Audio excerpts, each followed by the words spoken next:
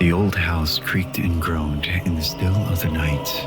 Aurelia laid in her bed, listening to the sound of wind howling through the gaps of her windows. She knew she should feel safe in her room, but there was something about the silence that made her uneasy. Suddenly, a thud echoed through the house, followed by a low growl.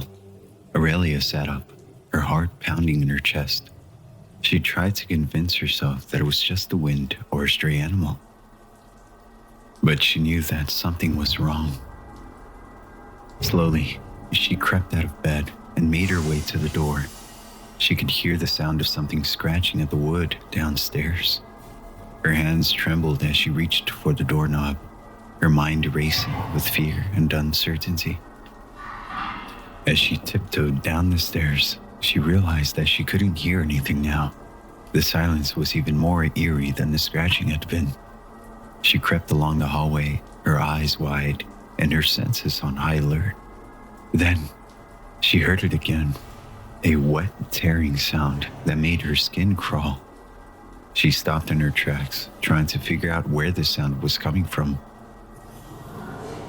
It seemed to be coming from the living room.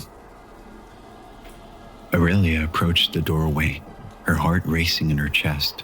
She couldn't see anything in the darkness, but she could smell the unmistakable scent of blood. The floor was slick and had a sticky underfoot.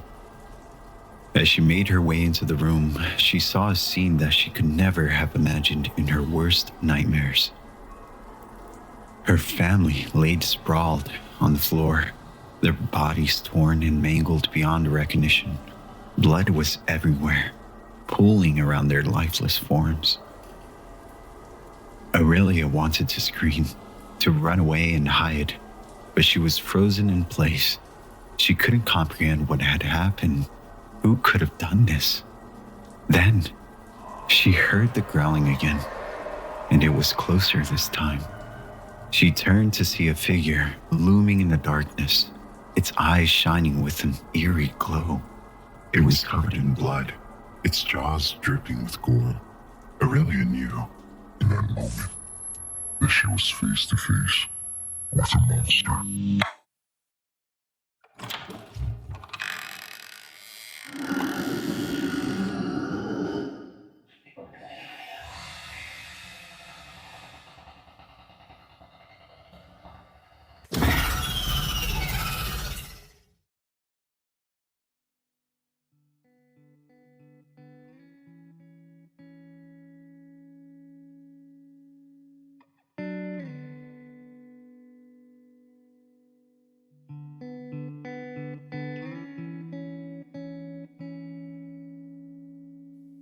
Monse strolled leisurely down Hanover Street, the soft glow of streetlights casting a warm ambience on the quiet neighborhood.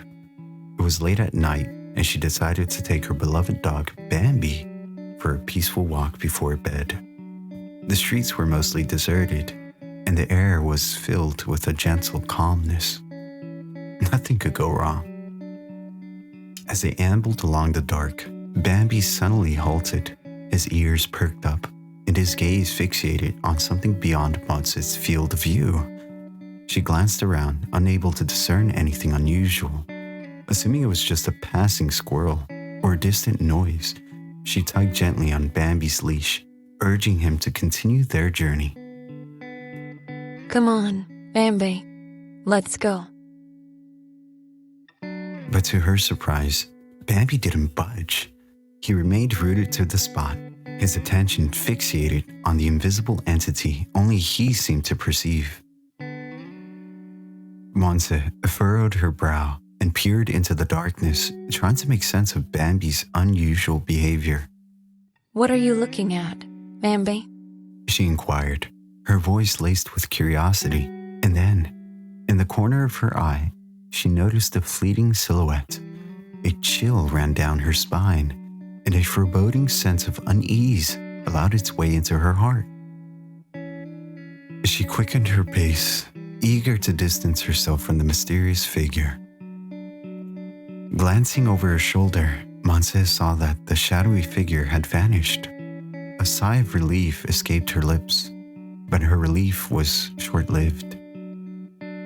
As she turned her gaze back toward the direction she had been heading, a man, walking his own dog, materialized before her, seemingly out of thin air.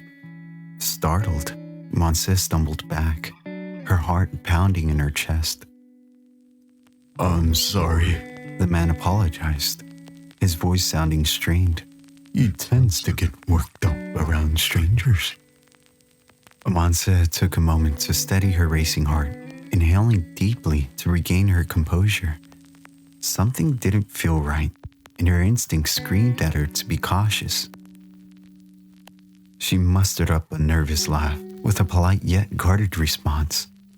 It's all right, but I should be on my way. The man nodded, his eyes lingering on her. A cute name for a cute dog. His facial expression mutated to a spitting image of deviance.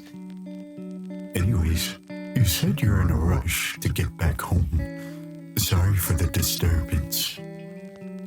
The man's mouth mutated to a charmingly nice smile. Thank you. And no need to apologize. Monse replied, her tone guarded yet polite. With a final exchange of pleasantries, Monse and the man bid each other farewell, their paths diverging into the night. Yet, as Monse walked away, she couldn't shake the gnawing feeling that something was gravely amiss.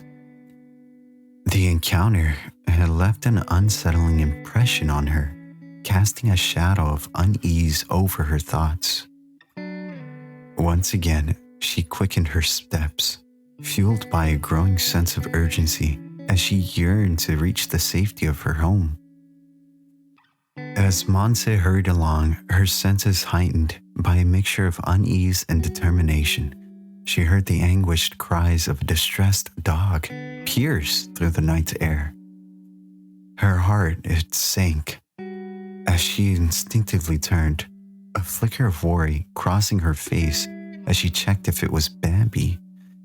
To her immense relief, she discovered that it wasn't her faithful companion. However, the relief, it was fleeting, giving way to a surge of alarm as Monse followed the sound of the cries, her instincts urging her toward the source of the distress.